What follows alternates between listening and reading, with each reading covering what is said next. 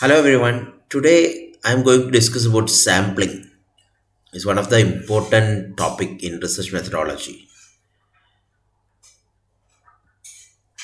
When we are studying a population, usually how to study a population, you need to go each and every individual in the population and study them.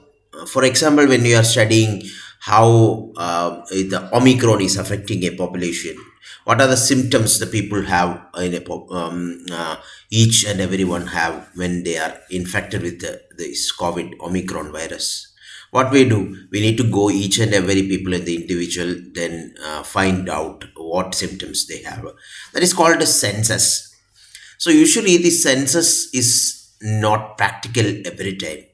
So we need to depend on some other methods for uh, studying these type of symptoms, etc. One of that method is sampling.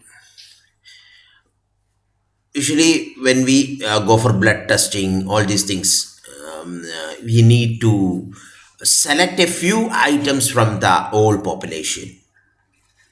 That is called sample. We usually don't study each and every individual in a population. We usually select some individual from the population for a particular study. They are called sample. So this process of selecting this sample is said to be sampling. That is also very important. The researcher should have a definite plan how to select this individual. That is what we are discussing in this video. What are the different types of sampling method? If you need to select a 200 from 200 drugstores, 12 of them, there are different ways in which we can select that 12 drugstores. So we are going to study what the different ways in which we can sample a population. Mainly, the sampling can be divided into two types of sampling: probability and non probability sampling. Probability sampling means each individual in a population has equal chance for to selected in, as a sample. Means this just like our lottery. We need to write each and every individual names in a population, and we pick out some of them as samples. That is probability sampling. Each and everyone in a population has a equal role to be included in the population, included in the as a sample. So that is the probability sampling. Well, non-probability sampling depends on the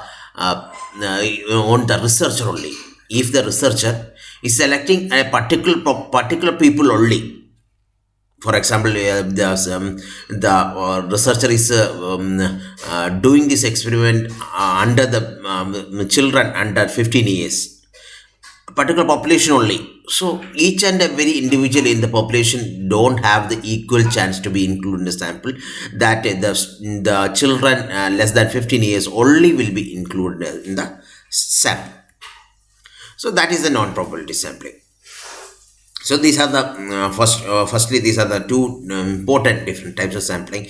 Probability, where and every individual in the population has equal chance to be included, just like a lottery, included in the sampling. That is just like lottery. And non-probability sampling means it is the decision sampling. This is a decision of the researcher determines the sampling.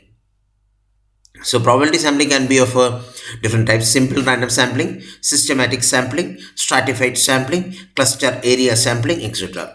While non-probability sampling can be of convenience sampling, judgment sampling, and quota sampling. These are sampling methods I am going to explain in the coming slides.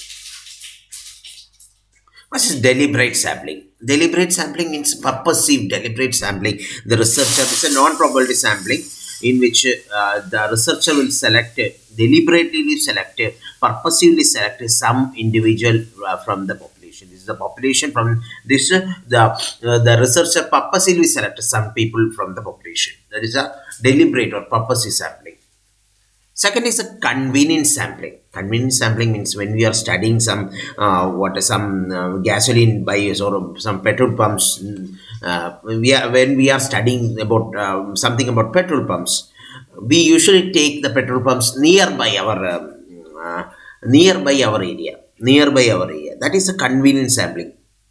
We usually select the petrol pumps nearby our area. So, according to our convenience, we sample. That is a convenient sampling. And next is the judgment sampling.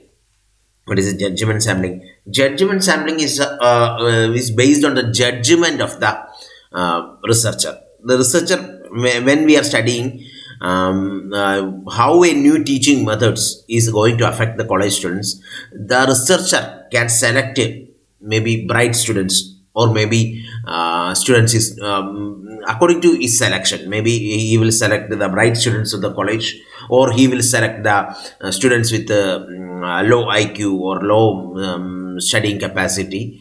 So like that, according to his judgment, he can select. He or she can select the sample. This is called judgment sampling. You can see the researcher can select according to their judgment. This is a non-probability sampling. Non-probability sampling. So coming to the probability sampling, simple random sampling is a probability sampling in which what I said first, the when we need to study, select a sample of 300 item from 15,000 item. So what we do is that we need to write each and every names of this 15,000 item, and we need to take 300 items from that lots. Let's like lottery. That is, each and every item of that 15,000 item has equal chance to be included in this 300 items. That is a probability sampling. The simple random sampling is a probability sampling. So each and every item has a equal probability to be included in the sample. Well, coming to another type of sampling is systematic sampling. What systematic sampling work? How the systematic sampling work is that in the case of systematic sampling, if you have a roll numbers of students of a class, when you are going to study something about the students, we can select the fifth student, and then we can select the 10th student, then we can select the 15th student, like that, in an order, in a systematic way. First sample will be the first student, second sample will be the fifth student, third sample will be the 10th student, fourth sample will be the 15th student, fifth sample will be the 20th student. Like that, a systematic way we can study, we can select the samples. Stratified sampling. Next type of sampling is a stratified sampling.